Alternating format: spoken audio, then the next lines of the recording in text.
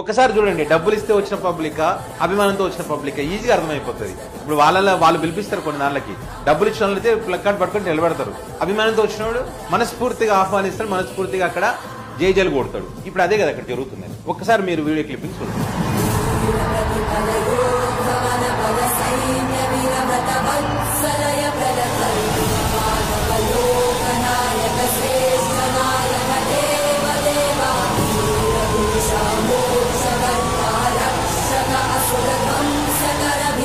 ఇది అఫీషియల్ గా చెప్పకుండానే ఇదంతా జస్ట్ వాళ్ళ పత్రికల్లో నిజంగా వస్తున్నాడంటే తెలుసుకొని వచ్చిన వాళ్ళు వీళ్ళంతా.